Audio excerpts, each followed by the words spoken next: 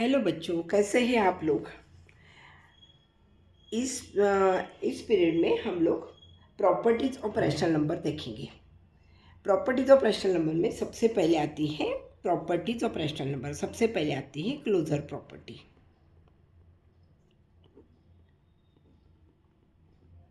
Closure property. अब closure property में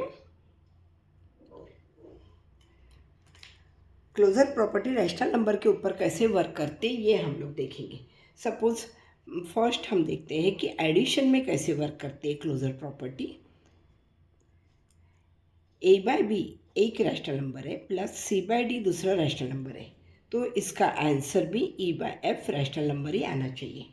suppose हम एग्जांपल लेते हैं 1/3, ए बाय बी की जगह 1/3 लेते हैं। 1/6 इक्वल्स टू क्या होगा, ये दोनों का एलसीएम 3 और 6 का एलसीएम। देखिए एलसीएम क्या आएगा, इसका 6 आएगा।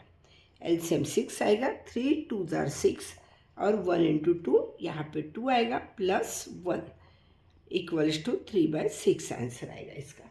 3/6 को हम 3 1 जार 3 3 2 जार 6, तो 1/2 भी लिख सकते हैं।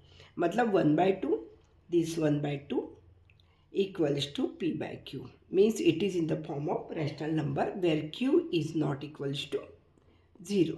तो हम क्या बोल सकते हैं कि एडिशन के केस में क्लोजर प्रॉपर्टी काम करती है। मतलब एडिशन के केस में क्या होगा, क्लोजर प्रॉपर्टी काम करती है।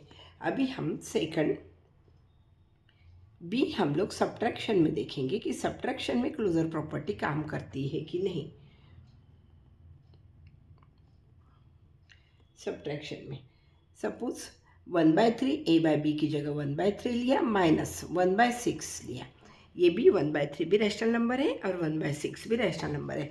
यदि इन दोनों को सब्ट्रैक्ट किया, 1/6 को 1/3 से सब्ट्रैक्ट किया, तो देखिए 3 और 6 का एलसीएम क्या है, 6 है और 3 2 जार 6 है।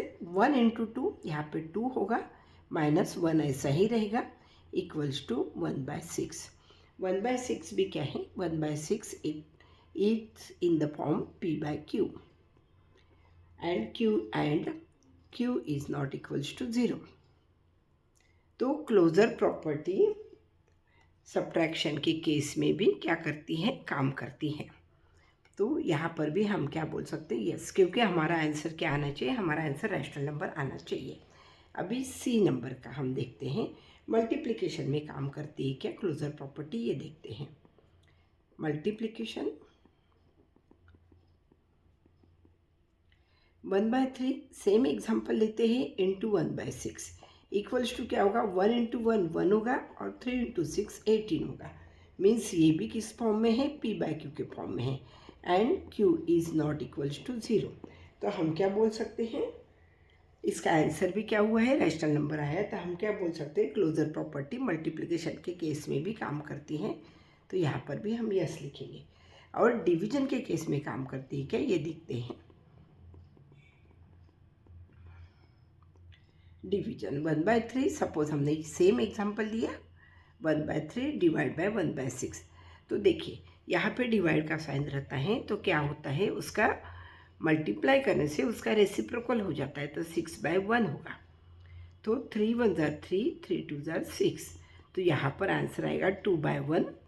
मीन्स ये भी किसके फॉर्म में है, p by q के फॉर्म में है and q is not equals to 0। लेकिन सपोज अपन एक एग्जांपल लिए कि 1/3 डिवाइड बाय 0/6, ऐसा हमने एग्जांपल लिया। तो क्या होगा यहाँ पर, 1/3 इंटू 6/0 होगा, मल्टीप्लाई करने से 0/6 का रेसिप्रोकल होगा 6/0। तो क्या आंसर आएगा, 6/0। और 6/0 p by q के फॉर्म में है क्या, p/6/0 p by q के फॉर्म में, it is not equals to p by q because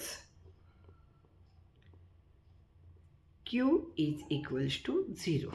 और सपोज q इक्वल्स टू 0 आया तो it is not rational number. Rational number क्योंकि यदि q 0 आया 6/0 क्या आंसर होगा, this is not defined, not defined. तो रैशनल नंबर की डेफिनेशन यहाँ पर अप्लीकेबल नहीं हो रही है। तो क्लोजर प्रॉपर्टी डिवीजन के केस में काम करती है क्या? नहीं करती है। क्लोजर प्रॉपर्टी डिवीजन के केस में काम नहीं करती है। सबको क्लोजर प्रॉपर्टी अच्छे से समझ में आया?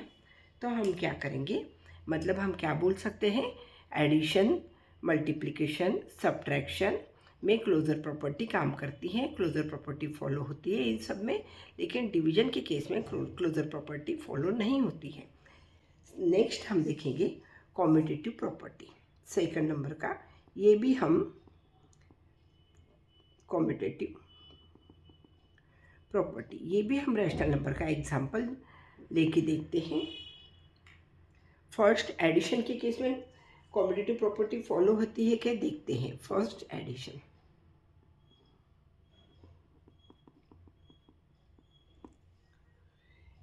एडिशन में हम यदि करके देखते हैं a by B plus c by D, तो कॉम्यूटेटिव प्रॉपर्टी में क्या होगा, c by D plus a by B.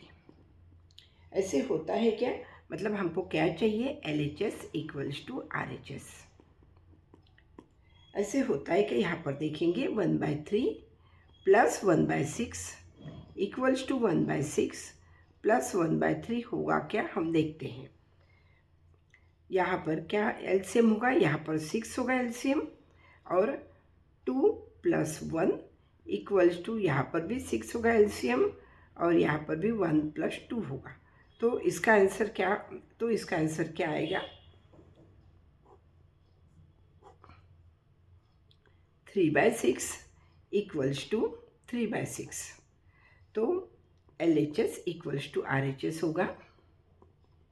LHS equals to RHS होगा, तो हम क्या बोल सकते हैं, कॉम्यूटेटिव प्रॉपर्टी एडिशन के केस में लगने वाली है।